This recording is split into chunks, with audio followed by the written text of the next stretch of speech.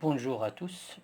Cette vidéo est réservée à l'explication de la détermination des coûts de revient et des résultats analytiques selon la méthode du coût complet. Selon cette méthode, le coût de revient est calculé en 3 étapes. Premièrement, on calcule le coût d'achat ou le coût d'approvisionnement. Deuxièmement, le coût de production. Troisièmement, le coût de revient.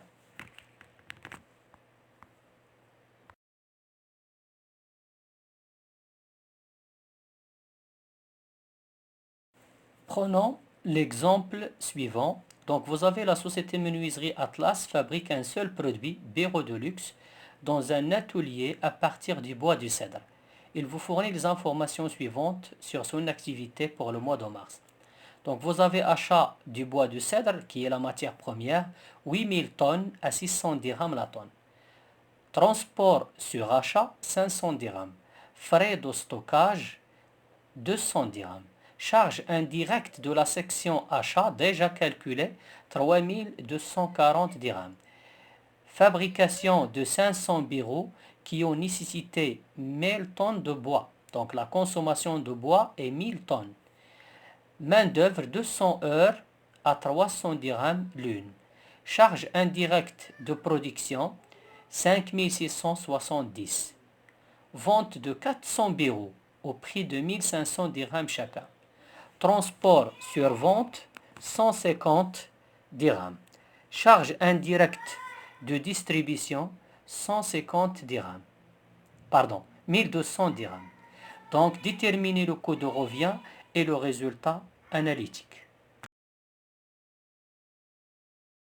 Première chose à calculer, le coût d'achat. Le coût d'achat est égal prix d'achat plus frais directs d'achat, comme les frais de transport, et charges indirectes d'achat.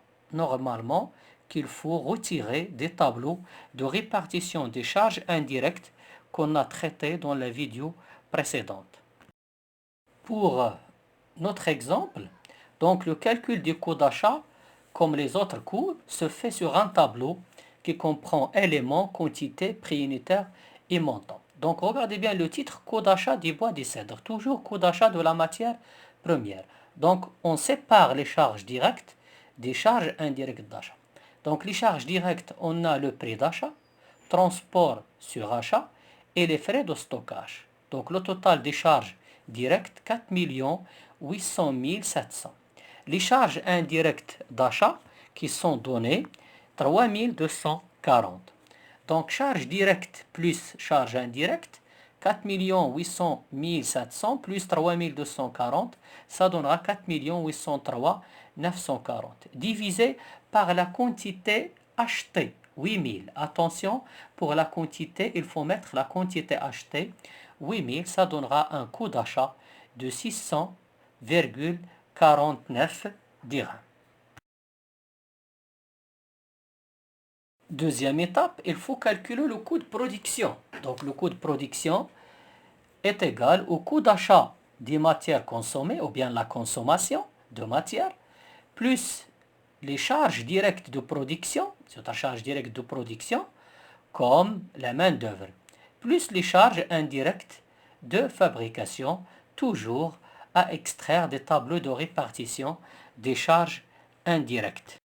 Pour notre exemple, donc les charges directes de production, coût d'achat des bois consommés, 1000 tonnes à 600,49, ça donnera 600 490. Remarquez bien que la quantité, on prend seulement la consommation.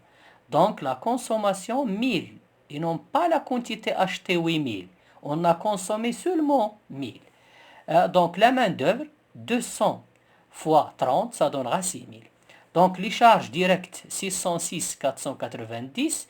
Les charges indirectes données, de production bien sûr données, 5670. Ça donnera un total de 612 160. Divisé par la quantité fabriquée. Donc remarquez bien au niveau du titre, coût de production de quoi?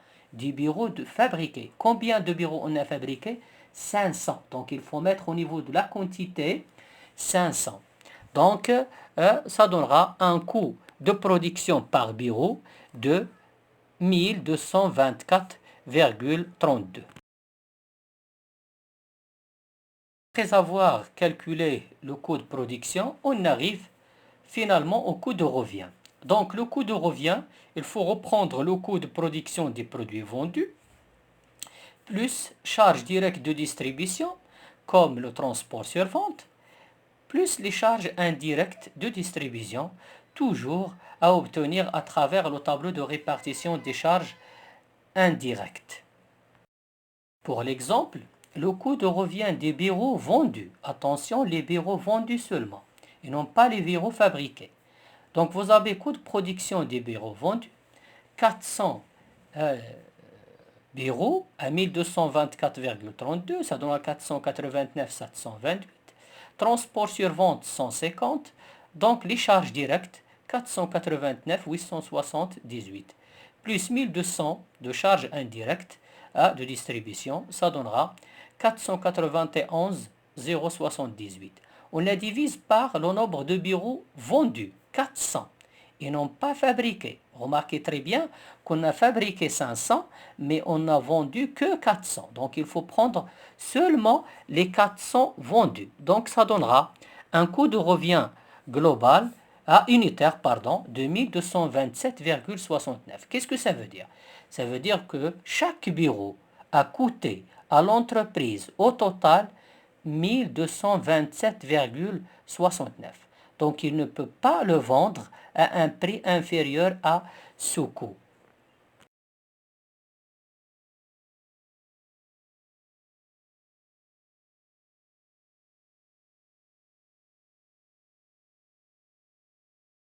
Une fois le coût de revient est connu, on peut calculer le résultat analytique de l'entreprise. Donc le résultat analytique de l'entreprise, c'est le prix de vente moins le coût de revient. Donc pour notre exemple, le prix de vente du bureau 400 fois 1500, ça donnera 600 000. Le coût de revient du bureau 400 fois 1227,69, ça donnera 491,078. Donc 600 000 moins 491,078, ça donnera 108 922 divisé par 400, le nombre de bureaux vendus. Ça donnera un bénéfice unitaire de 272,31. Donc l'entreprise a gagné sur chaque bureau 272,31 dirhams. Et elle a gagné au total 108 922 dirhams.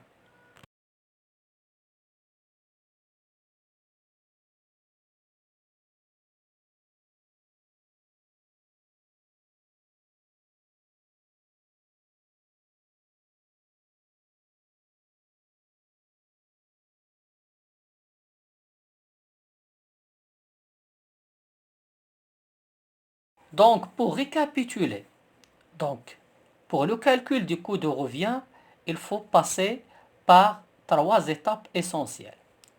Premièrement, calculer le coût d'achat.